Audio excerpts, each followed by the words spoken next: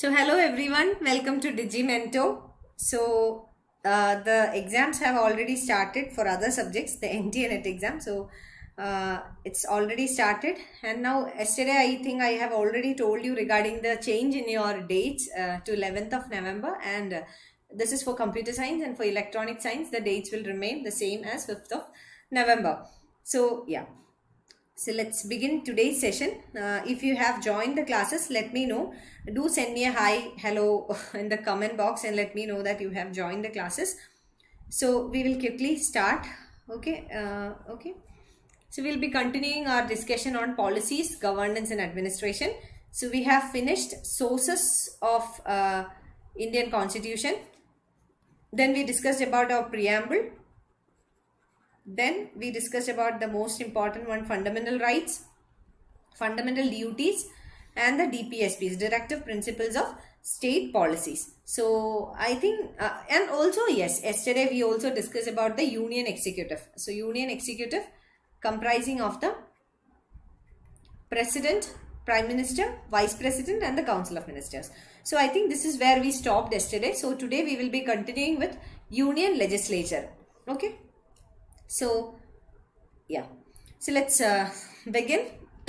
Before that, if you have not yet subscribed to our channel, please do subscribe, and also please press the bell icon for receiving more notifications. And we are providing online classes for GATE, NTA, UGC NET and PGT Computer Science. You can avail our online courses, and for more details of the courses, you can visit our website. This is our website, www.digimento.com, or you can call to this number for getting more details about the courses, online courses that we provide. Okay, so this is it about the online courses. So let's start now. Hi Prasenjit, hi Lipika, hi Cheryl, hi Sumati, hi Pooja. Good evening everyone, welcome to today's session. So I think we will start, but before that I just want to give you a small hint about the exams. Okay, so the exams started yesterday. So on 24th of September, the exams has already started for other streams. So I was just reading some of the articles, and also I watched a few videos. So I just want to share a few comments with you. So it's like the yesterday session, the yesterday's NTA exam, the sessions were from easy to moderate level. So not very difficult. So easy to moderate level exam was there, and students have also said that the exams were not very tough. So let's see, let's wait for a few more days, let's wait for a few more exams to get over, and then we will see. Okay, okay, so yeah, so I think exams will go fine for you. Only thing is you continue your preparation. Consistency is very important. So I think I have told you this many times in the class that it's not that you study 20 hours a day and the second day you stop. But if you are studying only for 4 hours or 5 hours a day, continue the pace. Be very consistent in your preparation. So that is what I think I want to tell you. Be very much consistent. Okay, put your efforts consistently. Definitely the results will come. So I'm very happy by seeing the reviews yesterday. The students have given very good reviews, saying that exams were moderate to easy to moderate. So same we are expecting for you also. But remember one more thing, when the exams are very easy or up to moderate level, the cutoff will go high. So you have to be extra cautious about that.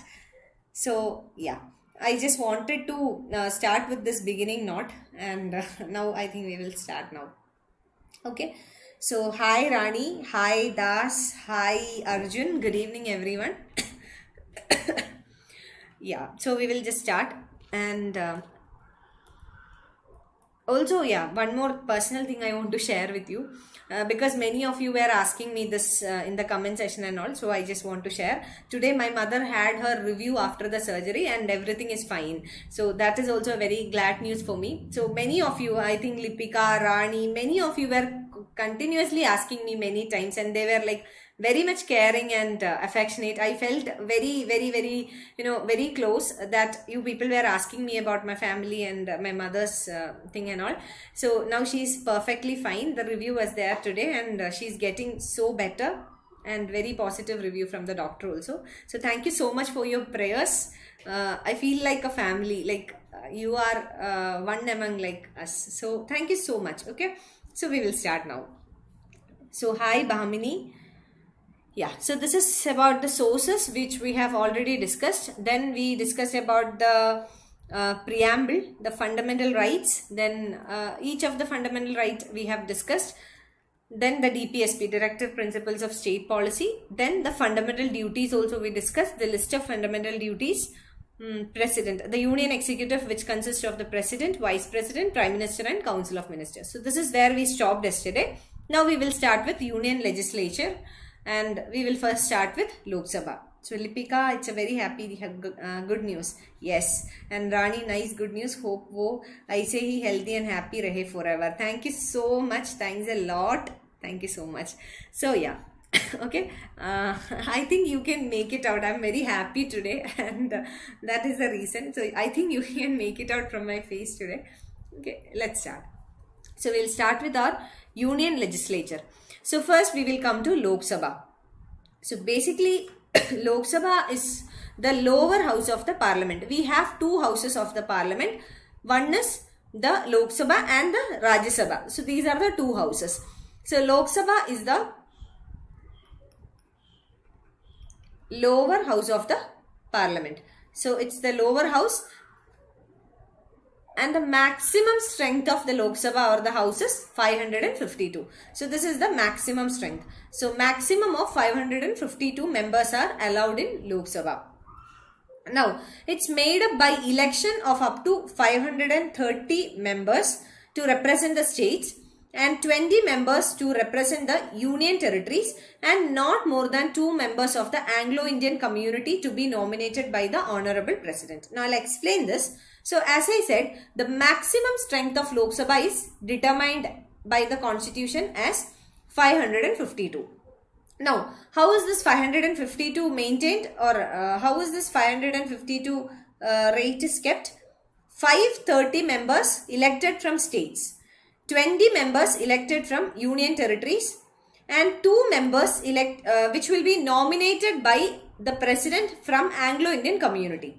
Now, very recently, a few months back, a bill was passed by the parliament which has curtailed this provision, which means that now the president will not recommend or will not nominate 2 members of the Anglo-Indian community.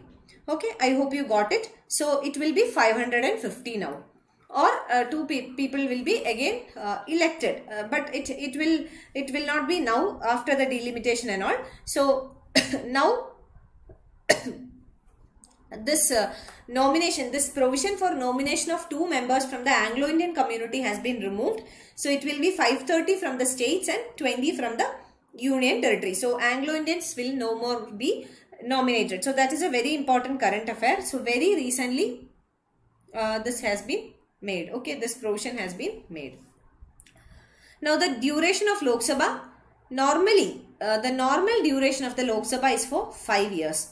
So after every 5 years, we know that the election takes place to Lok Sabha, then we elect the new government. So the normal duration of the Lok Sabha is 5 years. Now the second important component of our union legislature is a speaker, who is a member of the Lok Sabha. So speaker of the Lok Sabha. Now the speaker presides the Lok Sabha sittings. So the speaker presides over the meetings or the sittings of the Lok Sabha, the lower house, and the speaker has to submit the resignation in writing to either the deputy speaker and vice versa. Which means if the speaker has to resign, then he or she has to put the paper before the deputy speaker. So deputy speaker. Now if this deputy speaker has to resign, then has to give the resignation to the speaker. So resignation of the speaker, the letter has to go to the deputy speaker. Then if apart from resignation, if the speaker has to be removed from the post, then if the speaker has to be removed from the post by the Lok Sabha, then the Lok Sabha has to present a resolution which should be supported by majority of all the members of the house. So if the speaker has to be removed. Removal means not resignation but removal.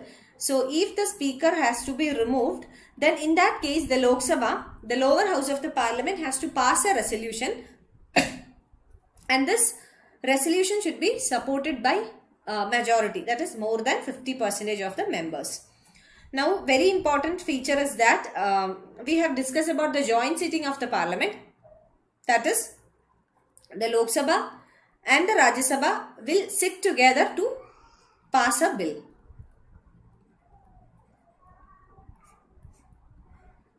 So in case of a joint sitting, then the speaker of the Lok Sabha will be presiding over the joint sitting.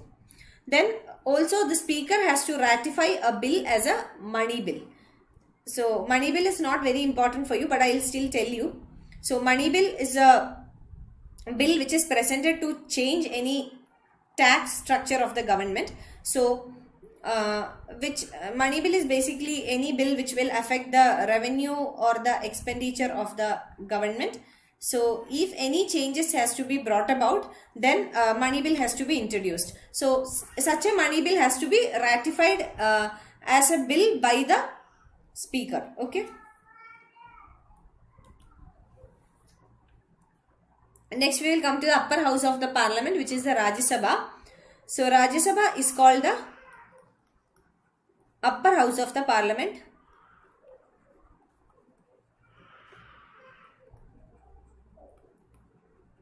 It is also called the Council of States.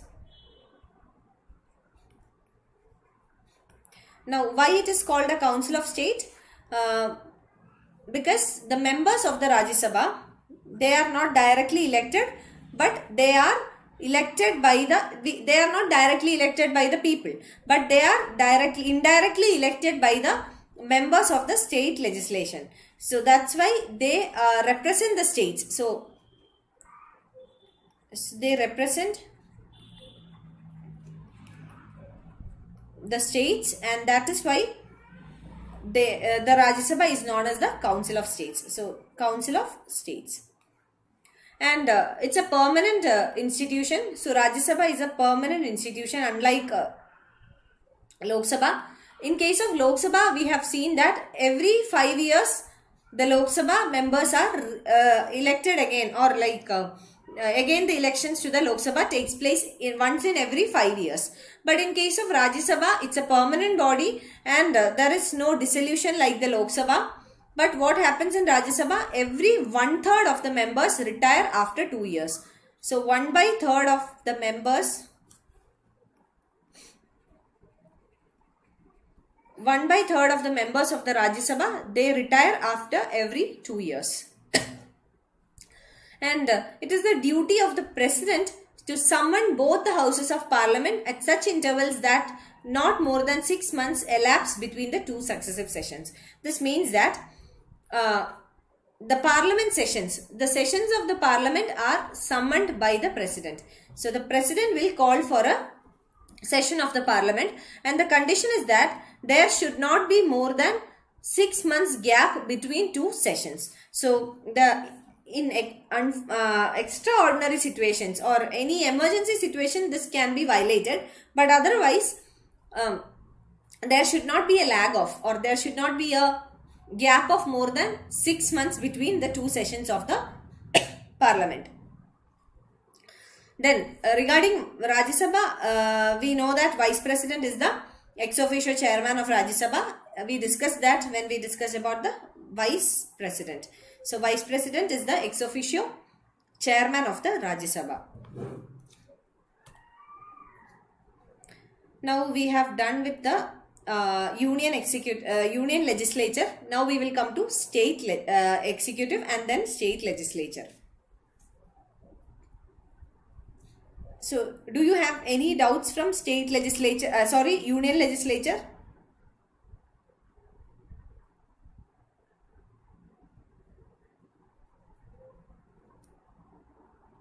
Rani, ma'am, you too stay happy always. Thank you so much, Rani. Hi Puvidi, hi Debasmita. Sumati, okay, happy to hear her recovery is fine. Your cheek is glowing today more enthusiastic. Thank you so much, Sumati. Thanks a lot. Yeah, I'm very happy today actually. Thank you so much. So, any doubts, anything to be clarified? Otherwise, we will continue. Okay, I think we'll continue. So, now coming to state executive. So, state executive, the first component is the governor. So, we have discussed about governor a bit. So, the governor is appointed by the central government, and the governor acts as a link between the state government and the central government.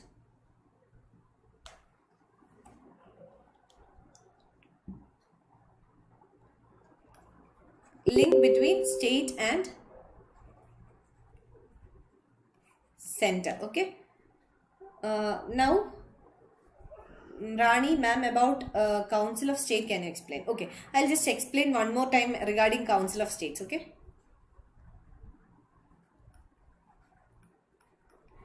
So, Council of State.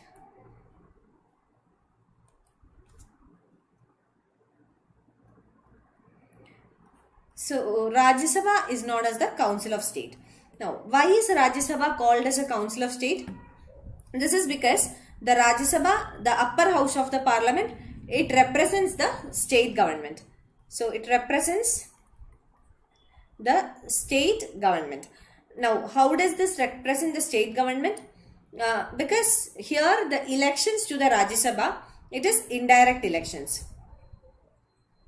Now, what is meant by indirect election? Indirect election means that it's not direct. Now, what is a direct election? Direct election means that the people will elect their representatives.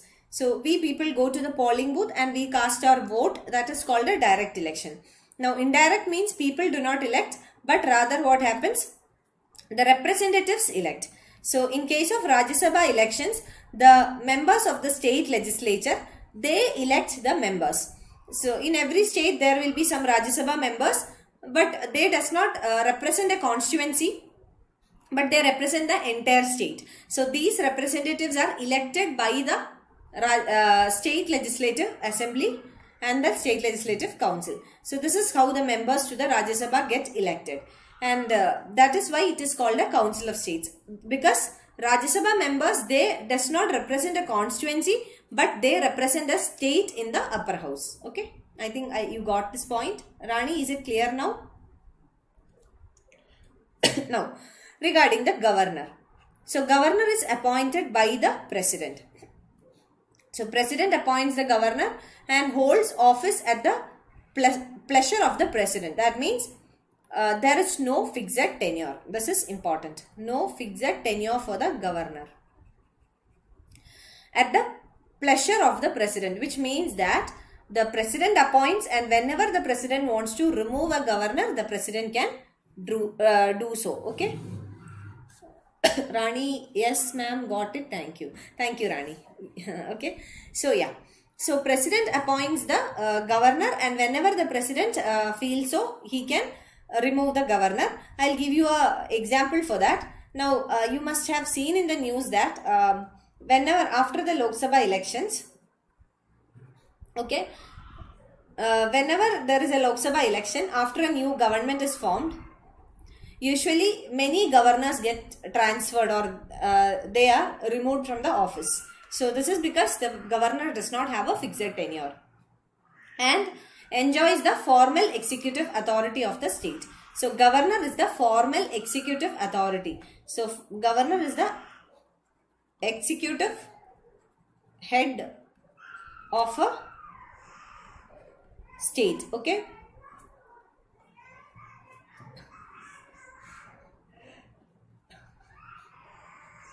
Now, regarding qualification, I'm sorry.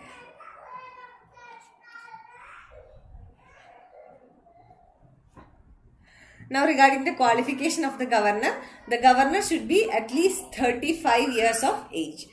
Okay, minimum age is 35 and the normal office is 5 years. So normally the tenure is 5 years, but as we said, there is no security of tenure.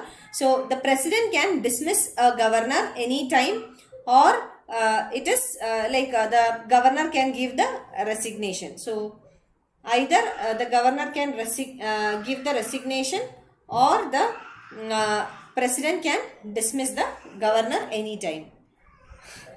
Lipika has commented, "Ma'am, your daughter is crying." Yes, that's why I'm laughing. She's crying a lot. I don't know why. Maybe because she wants to see me. That's why I'm laughing. And she is like telling my mother is there outside. So she is telling like, "Mama has left me. Where is Mama?" and all that. So I'm like laughing. Okay, no, I think I'll wind up the session in like 10-15 minutes if she does not come. Let's see, okay. I think she's okay now. Now the state legislature. So coming to state legislature. Regarding the state legislature, it can be either bicameral or unicameral.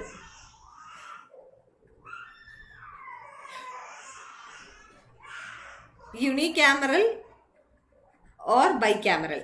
So bicameral means 2 houses will be there, like in case of parliament. Unicameral means only 1 house.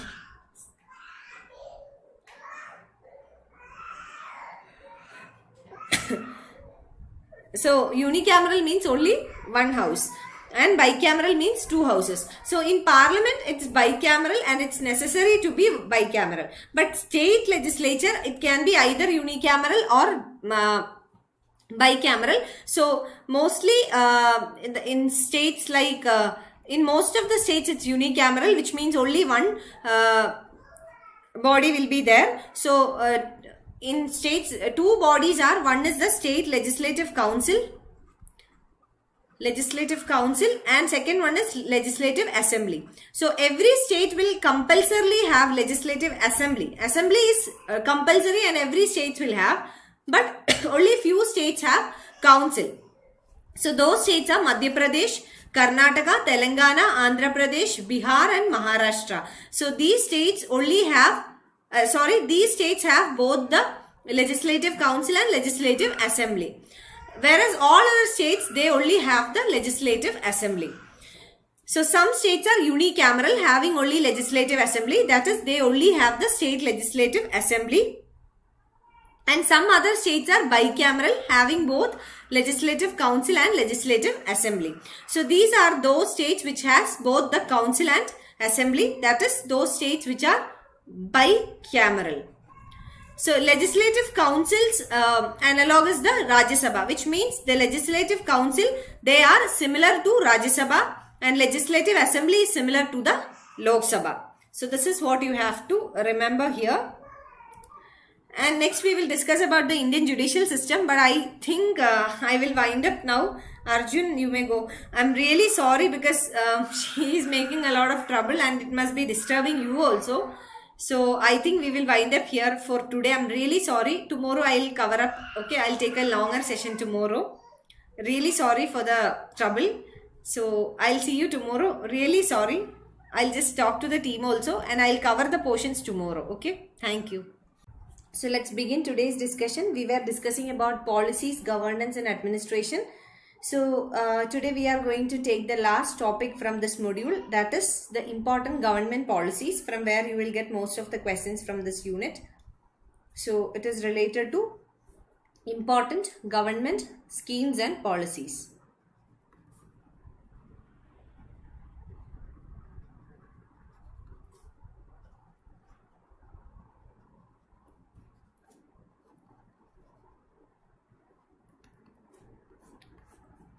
So let's begin, but before that, if you have not yet subscribed to our channel, please do subscribe, and also please do press the bell icon for receiving the notifications. If you are preparing for GATE, NTA, UGC NET or PGT Computer Science, you can avail our online classes. So we are providing you online courses for the same.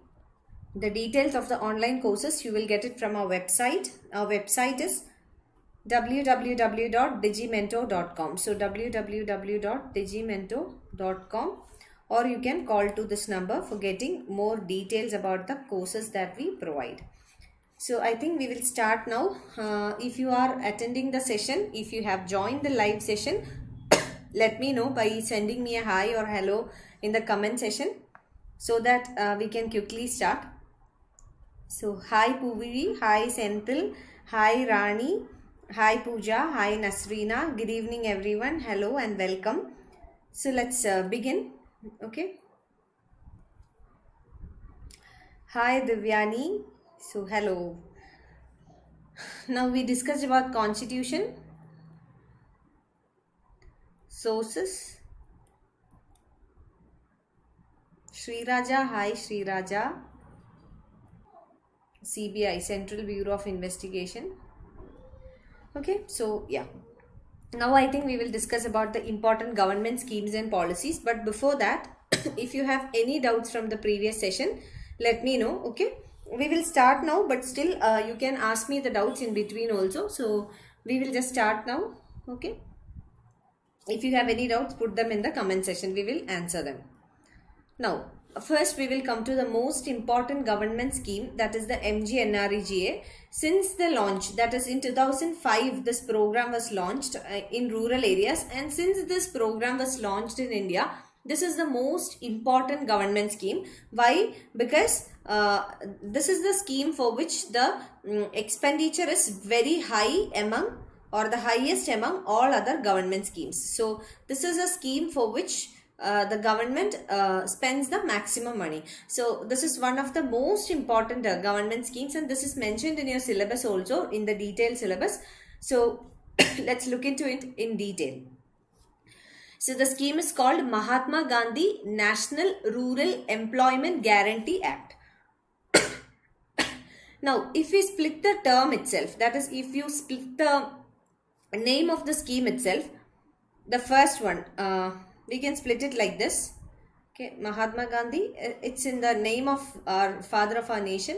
Then first we will get national. So it's a national. We'll come to it. Then second term is rural. Third term is employment. Fourth one is guarantee. So these are the four important things about the scheme. The first point is that it is implemented at the national level. That means it is implemented all throughout the states. That is, it is not exclusive for one state or a few states or nothing like that. It's exclusively for the entire nation. That means the whole country, the whole nation is covered under the scheme. So the first point is that it is a national level scheme, or the whole country is covered under the scheme. Second one, the type, what type of scheme it is. It is to provide employment in rural area. This is not applicable in urban area. This is only for rural area. Third point is that it is an employment generating scheme. So the third point is that it generates employment. The fourth point is that it provides guarantee. Guarantee means the government provides assurance. So assurance or guarantee. So this means the government is providing an assurance or the guarantee. We will see what are the guarantees that is provided by the government. So if you can split the scheme, the name of the scheme itself, into four parts, then you will get all the four important points about the scheme. So Mahatma Gandhi National Rural Employment Guarantee Act. First of all, it's a national level scheme, which means that it is implemented at the national level. It is applicable all throughout the states. Second one, it's a rural scheme, which means that it provides employment only to the rural population. Third one, it's an employment generating scheme. Fourth one, it provides guarantee. It provides an assurance from the part of the government regarding the provision of employment. Now, this MGNREGA, it's also called MGNREGA. So, MGNREGA or the MGNREGA, this is brought into the country in 2005 through a legislation, that is the National Rural Employment Guarantee Act. So, this is the legislation or the statute through which this act was brought into the country. National Rural Employment Guarantee Act. Now, the aim of this act is to enhance livelihood security. So, the aim is to enhance livelihood security in rural areas by providing at least 100 days of wage employment in a financial year to every household whose adult members volunteer to do unskilled manual work. So these are the features of it. Now, the aim of the scheme is to enhance the livelihood security. Livelihood means subsistence, livelihood. So your existence, security, and as we said, it is only for rural population. So livelihood security in the rural areas. And how is the livelihood security ensured? By providing minimum 100 days, at least 100 days of wage employment. Now, this is the guarantee that the government gives. That is, the government guarantees every adult population of the rural households at least 100 days of wage employment a year. Now, what is meant by wage employment? So, to understand wage employment, we must understand that earlier we had food employment, that is food for work program. You do a work, you will not get the wages, but instead you will get food. Okay. What was the reason why food employment was there? First of all, to ensure that their livelihood, that is the basic necessity, that is food is met. Okay. Second one, to ensure that the money, if it's wage employment, sometimes the money can be misused. For example, buying alcohol and all. So to avoid that, food employment was given, which means if you do a particular work, you will get food, not wages. But MGNREGA is a wage employment program, which means you will get wages, not the food. So here, understand that this is a very, very important point, that the government guarantees you or assures you minimum 100 days of wage employment in a financial year to every household whose adult members who can voluntarily work or who will volunteer to do unskilled manual work. So this unskilled manual work is the type of employment provided. So type of employment provided is unskilled manual work. Now Lapsing 9. Hello Lapsing. Hi, good evening. Vanaja. Hi, good evening Vanja. ZZ. Good evening. Arjun. Hi, good evening. Josephine. Good evening. Hello. Okay. So I hope this much is clear. It looks like a mess. I'll just clean it off. So I'll just clear it off. Ma'am, computer science के live classes होता है. Yes, I think it's at 9 o'clock. Can somebody from the group help him? I think it is at 9. Okay. Now, coming to the features of the scheme. So, it provides legal guarantee. So, it provides legal guarantee. Why? Because the MGNREGA on MGNREGA, the Mahatma Gandhi National Rural Employment Guarantee Act, it was passed through a legislation. So, legislation provides a legal backing or a statutory backing. So, a legal guarantee of minimum 100 days of employment in every financial year is guaranteed to every adult members of any rural household who is willing to do the public work related unskilled manual work at the statutory minimum wage. So, this is the legal guarantee given. So, legal guarantee of minimum 100 days of employment. So, minimum 100 days of employment in every financial year is provided to the adult members of any rural household who is willing to do the public work related unskilled manual work. So, legal guarantee is given, and that is the most important provision of this act. So, what is meant by this legal guarantee? So, this legal guarantee means that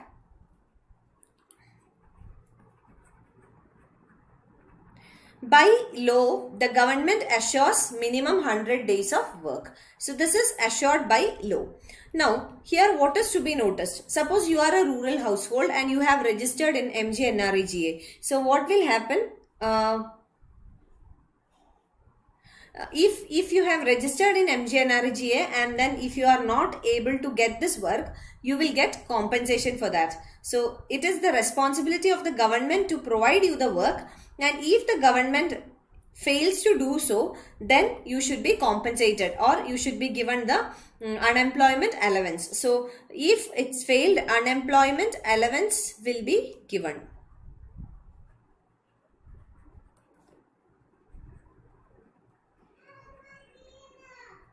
Okay. Sri Raja, 100 days increase up to 120 days. Is it increased? I don't know. I'm not sure about that update. I'll just check it. Okay, we will check it off. I don't think it is. Okay.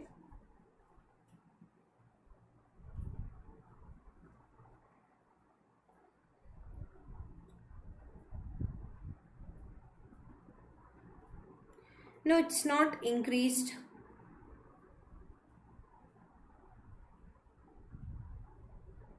No, I just checked it. So actually, the update is that as per the latest announcement made by the Finance Minister Nirmala Sitharaman on March 26th of 2020, the workers under the MGNREGA would get a hike of rupees 2000 each on an average.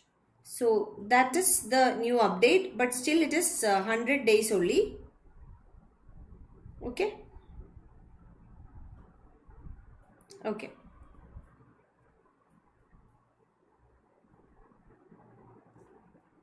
ZZ is asking me schedule kaisa pata chalegi CSE live class ki. Computer science live class. You can join the Telegram channel. There we are updating all the schedules. Harjendra Singh also commented, now it's 120 days. I will check it once again. Okay, and then I'll let you know. So I'll have to check it one more time. I'll check it today itself and I'll let you know tomorrow. Okay, don't worry, I'll check it and I'll update. Okay, so yeah. Okay, now this is about MGNREGA. Next one is Ujjwala Yojana or the Pradhan Mantri Ujjwala Yojana, which is to provide LPG connections to the rural households.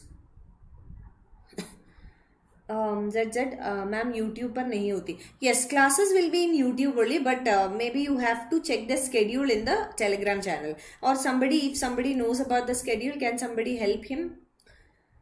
Okay, so Pradhan Mantri Ujjwala Yojana, it was announced in 2016, May 1st of 2016. And the purpose or the aim of this Yojana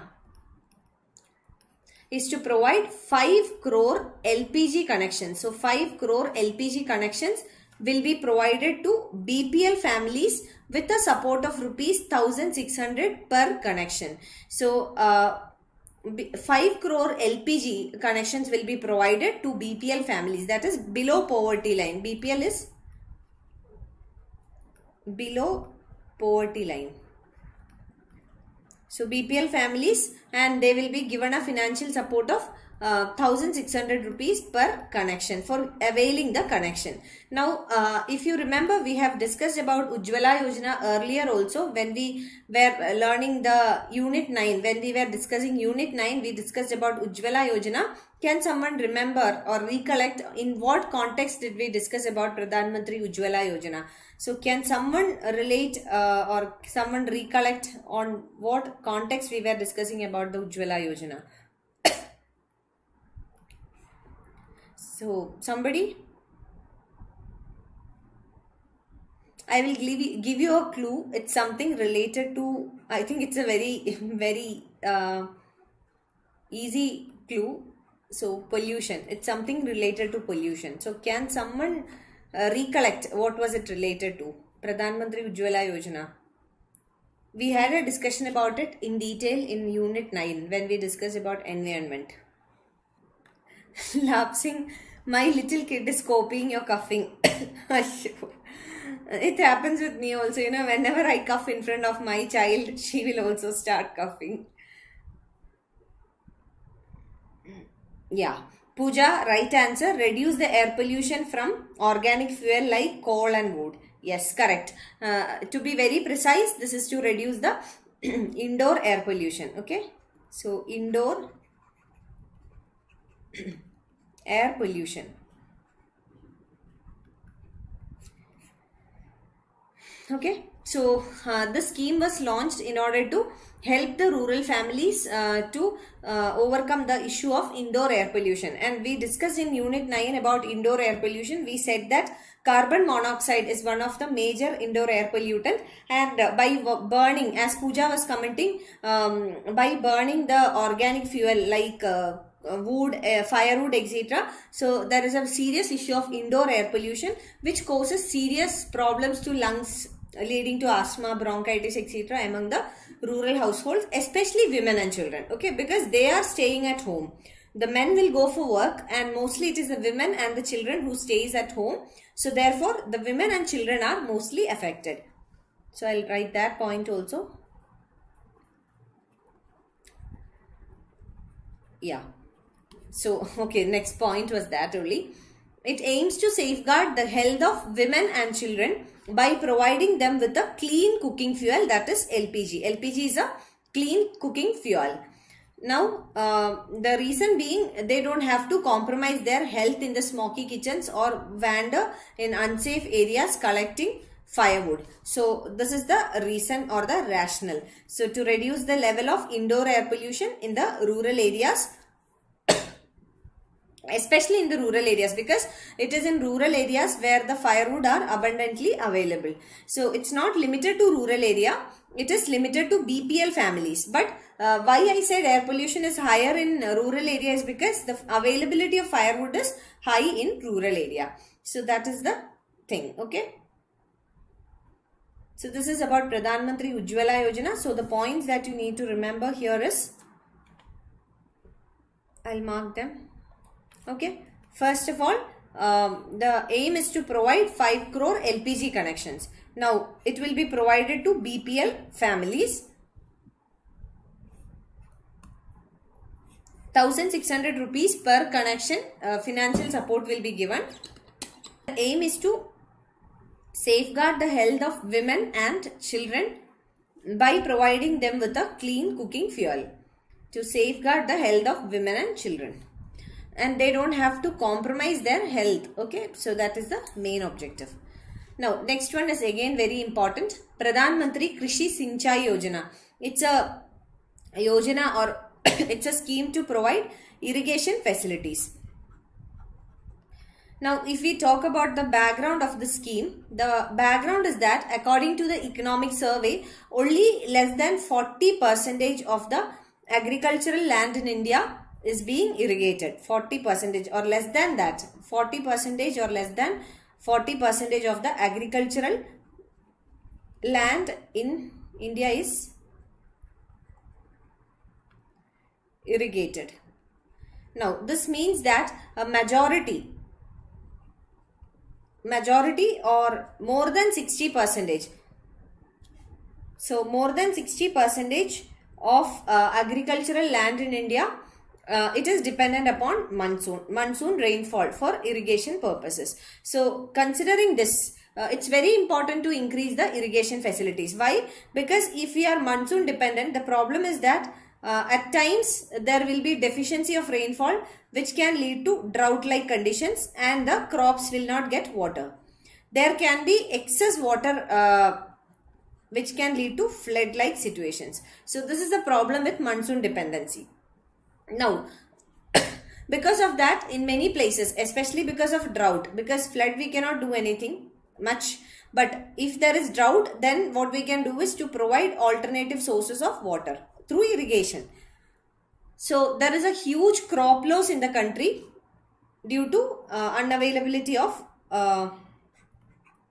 crop loss, due to unavailability or inadequate availability of water or irrigation. So Pradhan Mantri Krishi Sinchai Yojana was developed as a scheme or a project by the government, keeping in mind the need for irrigation in the agricultural lands in India. And the slogan of the scheme itself is the important objective is more crop per drop. So this is the objective, more crop per drop. That means for every increased drop of water, more crop production should be done. and it has the vision of extending the coverage of irrigation. Har khet ko pani. Har khet ko pani matlab, I mean, har khet ko pani means for every crop land or for every field, water should be available, made available for every agricultural land. So har khet ko pani is the objective or the vision of this scheme. And under the scheme, there is an amalgamation of various schemes. So amalgamation means certain schemes which earlier existed. Okay. Certain schemes which earlier existed, they are amalgamated. They are brought together. So what are these earlier schemes? They are, one is Accelerated Irrigation Benefit Program. So AIBP, Accelerated Irrigation Benefit Program of the Ministry of Water Resources. Then the River Development and Ganga Rejuvenation. So River Development and Ganga Rejuvenation, which was under the Ministry of Water Resources, Rural Development, etc. So next is Integrated Watershed Management Program, IWMP, of the Department of Land Resources, and the On Farm Water Management, OFWM, of the Department of Agriculture and Cooperation. So these are the various schemes that are amalgamated or that are brought into the Pradhan Mantri Krishi Sinchai Yojana. So the earlier existing schemes, they are brought under this and amalgamated into a single scheme, a flagship program we can say of the Government of India, Pradhan Mantri Krishi Sinchai Yojana. Next is Atal Pension Yojana. So next important scheme is Atal Pension Yojana. It provides universal social security. Social security. So social security means security. Okay. So social security scheme, it's a universal social security scheme in the insurance and pension sectors for all Indians. So this is universally given to all Indians. Now let's see who are eligible for this scheme.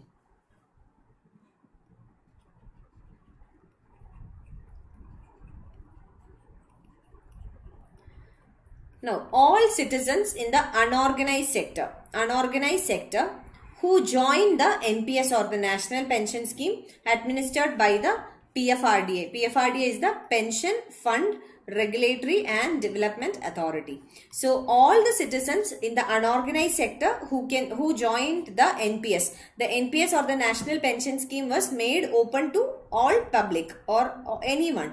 So those unorganized sector workers who have joined the National Pension Scheme, which is administered by the Pension Fund Regulatory and Development Authority, is eligible to join the Atal Pension Yojana.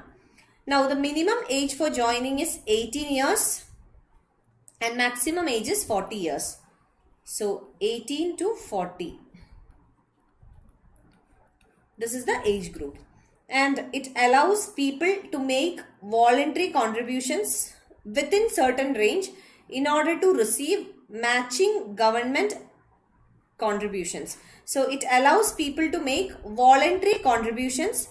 Voluntary contribution means how much ever amount they want. So how much they want, they can contribute. Within a range, within a range means there will be some minimum and maximum. So between this minimum and maximum, the people can make any contribution in order to receive matching government contribution, which means the government will also contribute. So the government will also contribute proportionately. Okay. Now next one is Janani Suraksha Yojana. So until now, if you have any doubts, let me know. We will clarify them and then move forward. Everything is clear. So shall we continue? Next one is Janani Suraksha Yojana. So from the term itself, it is clear. Janani means mother. So mother. Suraksha means protection. So this is a scheme to protect the mothers. Now, how we can protect the mothers? Lapsing, explaining good. Thank you so much. And Vanaja, it's clear. Thank you, Vanaja. So the objective of the scheme is to reduce the maternal and infant mortality rate. So maternal mortality rate is calculated by using this matrix MMR, maternal mortality rate, and infant mortality rate is measured by IMR. So MMR and IMR, maternal mortality rate and infant mortality rate. The objective of Janani Suraksha Yojana is to reduce the maternal and infant mortality by promoting institutional delivery. What is meant by institutional delivery? Delivery in recognized hospitals, healthcare centers, or dispensaries, or what we call as very small hospitals, okay, or clinic, we can say clinic. So government recognized or recognized hospitals or institutions or okay. So yeah, so this is called institutional delivery. So by providing institutional delivery, the maternal mortality rate means the death rate of the mothers, those who are giving birth to a new child. Infant mortality rate means the death of children below the age of 1 year. So this is infant mortality rate. So Janani Suraksha Yojana, the objective is to reduce maternal and infant mortality by promoting institutional delivery among the pregnant women. By promoting institutional delivery among the pregnant women. Now, eligible pregnant women are entitled for cash assistance. Cash assistance is up to 6,000 rupees. Cash assistance irrespective of the age of the mother and number of children for giving birth in a government or accredited private health facility. So, under Janani Suraksha Yojana, another important feature is that it will also provide cash assistance. So, cash assistance for those mothers who are providing or those mothers who are delivering in a government hospital or in an accredited private health facility. Again, a one-time cash incentive to pregnant women for institutional home births through skilled assistance. So, one-time cash incentive is also given for women for undertaking institutional delivery or home birth at the home itself, but through skilled assistance, through the assistance of skilled health professionals. This is Janani Suraksha Yojana. Next one is Pradhan Mantri Vaya Vandana Yojana. So, before that, I'll just take up the comments. Vanaja, clear concept, ma'am. Hands off. You, ma'am. Thank you. Thank you so much, Vanaja. And Pooja, it's clear. Sri Raja, ESI. ESI. Can you make it little more clear? Sri Raja, I did not get the point. Arjun, no doubts. Rani, ma'am, for Atal Pension Scheme, anyone can apply, and can you explain about its contribution again? Yeah. Rani, in case of Atal Pension Yojana, anybody between the age of 18 years to 40 years. So, anybody can apply. Anybody who is working in the unorganized sector. Why? If you are a government employee, then you cannot apply. Why? Because you are already covered under the compulsory NPS. So, you cannot apply. Then if you are working in a formal sector or what we call as organized sector, then you will have other social security benefits. Then also you cannot apply. So, those who are working in the unorganized sector between the age of 18 to 40 years, you can start a NPS account, new pension scheme or the national pension scheme account. So, now the second thing is contribution. So, contribution, you can contribute any amount, but there will be a minimum amount and a maximum amount. So, minimum should be there. I think now it's 1,000 rupees per year, and maximum I'm not sure about it. So, there will be a minimum and maximum. That's not very important because every time government will change it. Okay. So, that is about the Atal Pension Yojana, Rani. I hope it's clear now. Okay. Good evening, ma'am. Please, Hindi language. Anil. Okay. Hindi language, the problem is that most of them want it in English, and I will try to make it bilingual, but I'm not very good in Hindi, first of all. So, that is the problem, Anil. Okay, it's clear for Rani. Thank you. Thank you, Rani. Now, let's come to Pradhan Mantri Vaya Vandana Yojana. So, here in Vaya Vandana Yojana, it was launched in 2017. So, in 2017, the scheme was launched. It's a flagship pension scheme for senior citizens. Now, from the term Vaya Vandana, from that itself it is clear. It is a scheme exclusively for the senior citizens. Okay. it offers an assured return of 8% per annum. So return is 8% per annum throughout the term of the policy, as it is 10 years. So for the senior citizens, a kind of income support. The scheme's objective is to provide some income support to the senior citizens, especially to those who do not receive any pension or so. They can join this and then they will get a pension. Okay. The minimum investment that can be made on the policy is 1.5 lakh and the maximum is 15 lakh. So this is the minimum and maximum. So you can make this investment and 8% will be given annually as the return. So in your retirement period, if you are not a government employee, you will not be getting the pension. So if you do not have any pension, then this scheme will help you for some income support, social security support in your senior ages. When you are above the age of 60, when you cannot go for work, the government will provide you some income support. So this is about the scheme. Next one is Stand Up India. Now, Stand Up India was launched in 2016.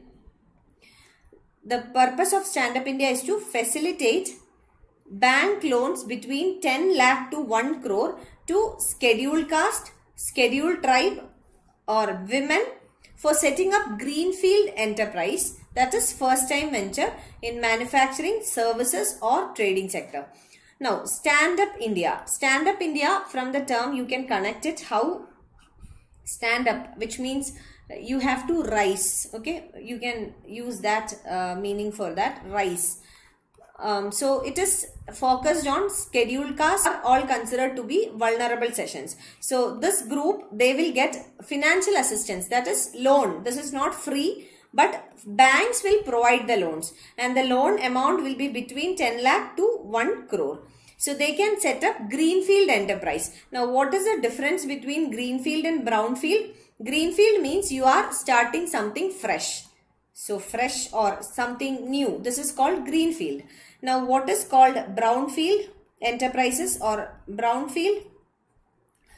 Brownfield means that there is already something existing. You are renovating it or you are updating it. That is called brownfield. Okay. So Stand Up India scheme, it facilitates the bank loans between 10 lakh to 1 crore rupees to scheduled caste, scheduled tribes and women borrowers for setting up greenfield enterprises, that is first time ventures, and agriculture is not included. It includes manufacturing, services or the trading sector. And the purpose is to influence the institutional credit structure to reach out to the underserved sections of the population. So underserved means those who are not catered well. So this includes women, it includes scheduled caste, scheduled tribes, etc. So the purpose of Stand Up India is to influence the institutional credit structure to reach out to the underserved sections of the population. Those who are women or scheduled caste, scheduled tribes, those who are lagging behind, to bring them into the forefront. That is the purpose of the scheme, Stand Up India. Okay.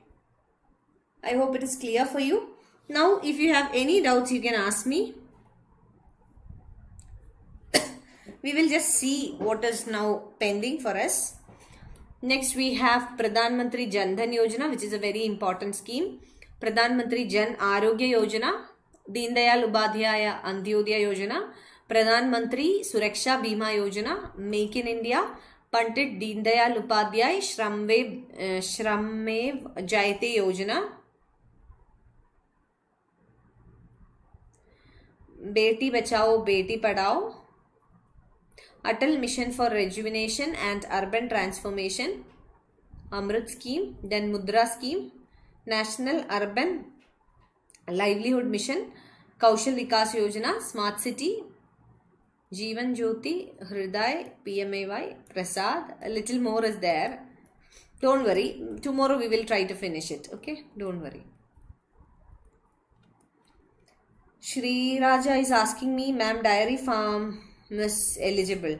Dairy farm not all. Why? As I said, it is majorly for manufacturing, services and trading. Now, the food processing will come under it. So, dairy farm who is engaged in the food processing sector, that is making milk powder. So all these will be calculated under the manufacturing, because food processing. So food processing, that's why. Okay, so those dairy farms will be included. Okay, now any other doubts? Anything else to be clarified? I'll try to finish it tomorrow itself. Don't worry about it.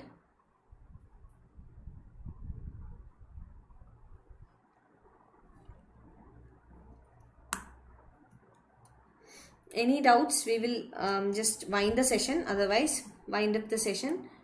So I hope it's clear for you. All clear. You can just go through once again. So we discussed about MGNREGA, Mahatma Gandhi National Rural Employment Guarantee Act. You can go through the slides, okay? So quick revision, and if any doubts you can ask. Next is Pradhan Mantri Ujjwala Yojana.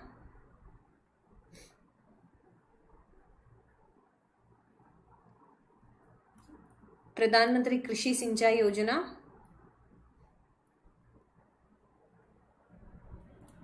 Atal Pension Yojana, Janani Suraksha Yojana, Pradhan Mantri Vaya Vandana Yojana, then Stand Up India. So these are the important schemes that we discussed today. So Rani, all clear. Sriraja, okay. So anybody else, any comments, any clarifications required, anything to be sorted out? So let me know.